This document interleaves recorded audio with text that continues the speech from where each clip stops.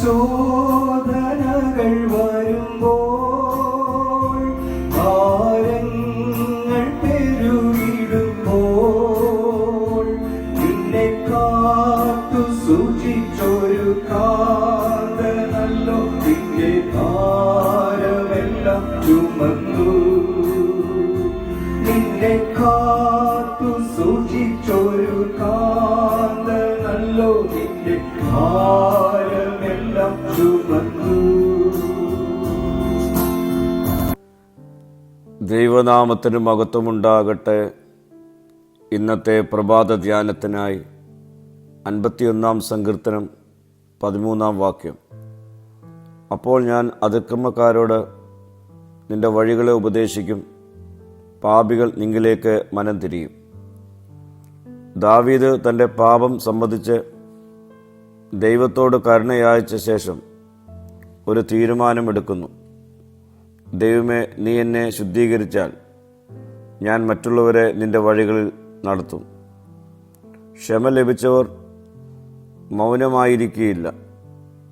ദൈവത്തിൻ്റെ ക്ഷമ അനുഭവിച്ചവൻ്റെ ഹൃദയം മാറും. പാപത്തിൽ വീണ ഒരാൾ ഉയർത്തപ്പെടുമ്പോൾ അവൻ മറ്റുള്ളവരെ ഉയർത്തുവാനുള്ള ദൗത്യം ഏറ്റെടുക്കും. നമ്മുടെ ജീവിതത്തിൽ ദൈവം ചെയ്ത അത്ഭുതങ്ങൾ മറച്ചുവെക്കാനുള്ളതല്ല, പങ്കിടാനുള്ളതാണ്. സാക്ഷ്യം ആളുകളെ തിരികെ കൊണ്ടുവരും. വചനം ഓർമ്മിപ്പിക്കുന്നു, പാപികൾ നിന്നിലേക്ക് മടങ്ങി വരും. ദൈവം നമ്മുടെ പരാജയങ്ങളെപ്പോലും ശുശ്രൂഷയാക്കി തീർക്കും. ദാവീദിന്റെ പരാജയം ലജ്ജയായിരുന്നെങ്കിലും ദൈവം അതിനെ സാക്ഷ്യമായി തീർക്കുന്നു. പ്രിയരെ, നമ്മുടെ ഭൂതകാലത്തിലെ മുറിവുകൾ പോലും ദൈവത്തിൻ്റെ കയ്യിൽ ആയുധമാകും.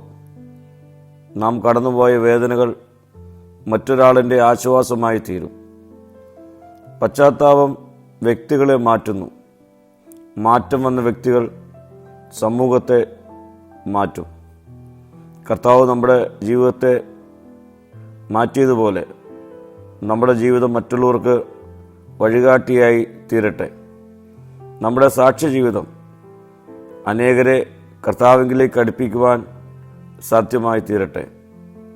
പ്രാർത്ഥിക്കാം. കർത്താവേ, അനേകരുടെ ജീവിതം എൻ്റെ ജീവിതം കണ്ട് മാറ്റപ്പെടുവാൻ ഇടയാക്കണമേ.